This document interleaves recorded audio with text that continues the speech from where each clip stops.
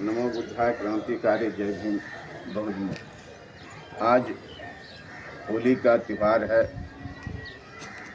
त्योहार त्योहार मतलब होता है तुम्हारी हार, बहुजनों का हार, मनुवादी ब्राह्मणवादियों का जीत। इस त्यौहार में महिलाओं को जलाया जाता है। इस धरती पे ऐसा कौन सा कानून है जहाँ की हर साल महिलाओं को जला करके खुशी मनाया जाता है? ये तो अन्याय है, गलत है और संवैधानिक है। इस त्योहार में होलिका का दहन होता है, अर्थात महिलाओं को जलाया जाता है। क्यों? बहुजनों, हे बहुजनों, हिरण्यकश्यप बहुजनों का राजा था, जो कि बहुत ही न्यायप्रिय और प्रजाप्रिय राजा था।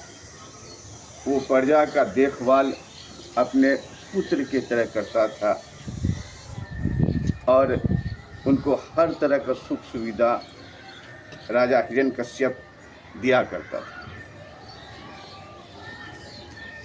उसके राज में दूध की नदियां बहती थी और उसके राज्य के सभी लोग धन संपदा से परिपूर्ण था। कोई भी भूखा नहीं सोता था। सभी लोग अच्छे अच्छे घरों में रहते थे और इसका सबूत आज भी है। सिंधु घाटी की सभ्यता, जो कि पूरे विश्व में सबसे प्राचीन सभ्यता था, वो भी शहरी सभ्यता था। तो आर्य लोग जब भारत देश में आए, उसको रहने खाने और जीने के लिए उसको रोटी कपड़ा और मकान का ज़रूरत था। यहाँ के राजा उसको शरण दिया कि ठीक है, कहीं से भी आए हो तो हमारे देश में तुम रहो। अब वो लोग भारत देश में रहने के साथ साथ वो लोग यहाँ पर शासन सत्ता में अपना पाँव जमाना शुरू किया, पाँव जमाना चालू किया। तो उन्होंने देखा कि हिरण्यकश्यप का राज बहुत बड़ा है और बहुत विस्तृत क्षेत्र में है। अगर इस पे हम राजपाट हासिल, अगर हिरण्यकश्यप का राजपाट अगर हम हासिल कर लेते हैं, इनके राज्य को अगर हम हड़प लेते हैं, तो पूरे भारत देश में हम मनुवादी विचारधारा, ब्राह्मणवादी विचारधारा को कायम कर सकते हैं और हम अपने राजपाट को, ब्राह्मणवादी राजपाट को हम भारत देश में स्थापित कर सकते हैं। इस षड्यंत्र को तो उन्होंने हिरण्यकश्यप के राजपाट को हासिल करने के लिए एक षड्यंत्र रचा और उस षड्यंत्र के तहत हिरण्यकश्यप के पुत्र प्रहलाद को अपने गुरुकुल में एडमिशन करवाया, गुरुकुल में नामांकन करवाया।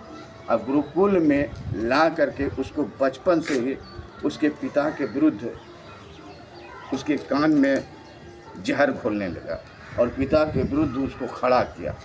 उसको नशा करना सिखाया, उसको दारू पीना सिखाया, उसको धरती पर जितने भी प्रकार का नशा है वो नशा प्रहलाद को करने के लिए सिखाया। प्रहलाद के पिता हिरण्यकश्यप तो न्यायप्रिय थे। उन्होंने अपने पुत्र को कहा, हे बेटा, हे पुत्र, तुम अगर मेरे तरह न्यायवादी बनना चाहते हो, विज्ञानवादी बनना चाहते हो, तो उन मनुवादी लोगों का विचारधारा को, ब्राह्मणवादी लोगों के विचारधारा को छोड़ दो और तथागत बुद्ध का जो विचारधारा है उस विचारधारे पर चलो। लेकिन प्रहलाद उनके बातों को अनसुना कर दिया, नहीं माना। हिरण्यकश्यप ने एक बार नहीं, 2 बार नहीं, 3 बार नहीं, 4 बार 5 बार, 4 बार 5 बार जो है अपने पुत्र को समझाया, लेकिन प्रहलाद समझने के लिए तैयार नहीं था, वो नहीं समझा। अंततः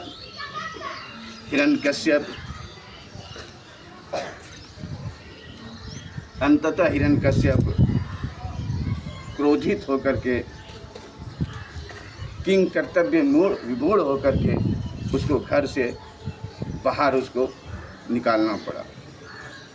तो घर से बाहर जब उसको निकाल दिया गया तो सारा जग भरे बैरी हो जाए, लेकिन माता अपने पुत्र के लिए कभी बैरी नहीं होता है। माता क्या करती थी, हिरण्यकश्यप की माँ, प्रहलाद की माँ, वो प्रतिदिन जो है खाना होलिका के हाथों प्रहलाद को खाने के लिए भिजवाती थी। आज के ही दिन जब प्रहलाद को खाना देने के लिए हिरण्यकश्यप का बहन होलिका प्रहलाद को खाना देने जब गई तो रास्ते में मनुवादी लोग उसका पीछा करना चालू किया, और पीछा करते करते उसको जो है जंगल के रास्ते में जब जा रही थी तो उसे पकड़ लिया।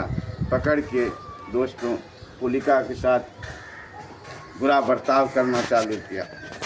उसके साथ करीबन 10-15 ब्रह्मवादी विचारधारा के लोग, ब्राह्मणवादी विचारधारा के लोग उनके साथ गैंग रेप किया, उसके साथ बलात्कार किया और उसको अधमरा कर दिया। मरने पे था। तो ये लोग सोचा रही ये तो राजा का बहन है, अगर किसी तरह पता चल जाएगा राजा तो हम लोग को तो फांसी पे चढ़ा देगा, हम लोग को जिंदा नहीं छोड़ेगा।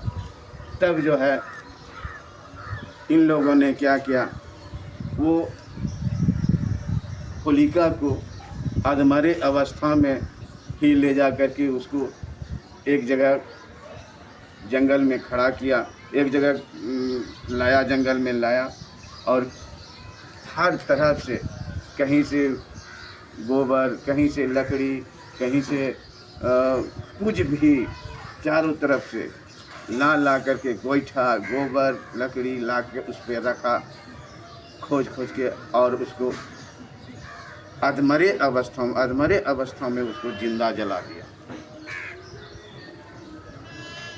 अब आप ही बताएं कि ये क्या हुआ, ये गलत है या सही है? क्या ये न्याय वाली बातें हैं?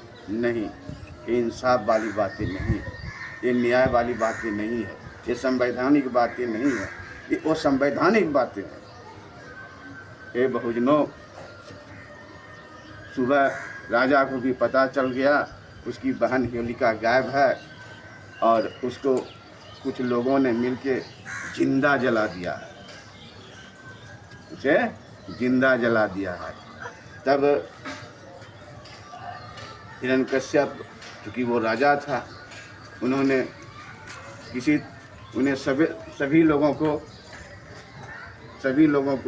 सभी मनुवादी और ब्राह्मणवादी को गिरफ्तार करवा लिया, अपने सैनिकों के द्वारा गिरफ्तार करवा करके उसको गधे पर बैठा करके पूरे शहर में, पूरे गांव में उसको घुमाया। और उसको जब घुमा रहा था तो प्रजावासी ने कीचड़ फेंका, धूल फेंका, नाली का पानी दिया, जितना भी उनको बेइज्जती करना था किया, मुंह में कालिक पोत दिया। और तब राजा ने निर्देश दिया कि इसके सर पर तलवार के नोक से अबीर लिख दो। अबीर मीन्स के एक होता है वीर, एक होता है कि जो वीर नहीं हो, जो वीर नहीं हो उसे अबीर कहते हैं। इसलिए आज के दिन में मनुवादी लोग अबीर लगाता है और उसको जो है कादू कीचड़ फेंकता है, धुरखेली जिसको कहते हैं, और रात में होलिका दहन करता है। यही कहानी था और इस प्रकार हिरण्यकश्यप को प्रहलाद के जरिए मरवा करके उसको उसका राजपाट, उसका धन धरती छीन करके मनुवादी लोग अपना सत्ता शासन स्थापित किया। और जिस दिन से अपना सत्ता शासन स्थापित कर दिया, उसी दिन से होली का त्यौहार मनाना चालू किया। और हमारे 85% बहुजन समाज को राजपाट के बल पर, सैनिक के बल पर उसको होली का त्यौहार मनवाया बाय जबरन। एक पीढ़ी, 2 पीढ़ी, 3 पीढ़ी, 4 पीढ़ी जब ये संस्कार किया तो वो इसको अपना त्यौहार मानने लगा धीरे धीरे। इस प्रकार दोस्तों होली चालू हुआ। तो फिर 85% बहुजनों इस बात को सोचें, समझें कि आपके साथ अन्याय हुआ है, आपके पूर्वजों के साथ अन्याय हुआ है, आपके बहुजन समाज के साथ अन्याय हुआ है, आपका राजपाट छीना गया है, आपका धन धरती छीना गया है।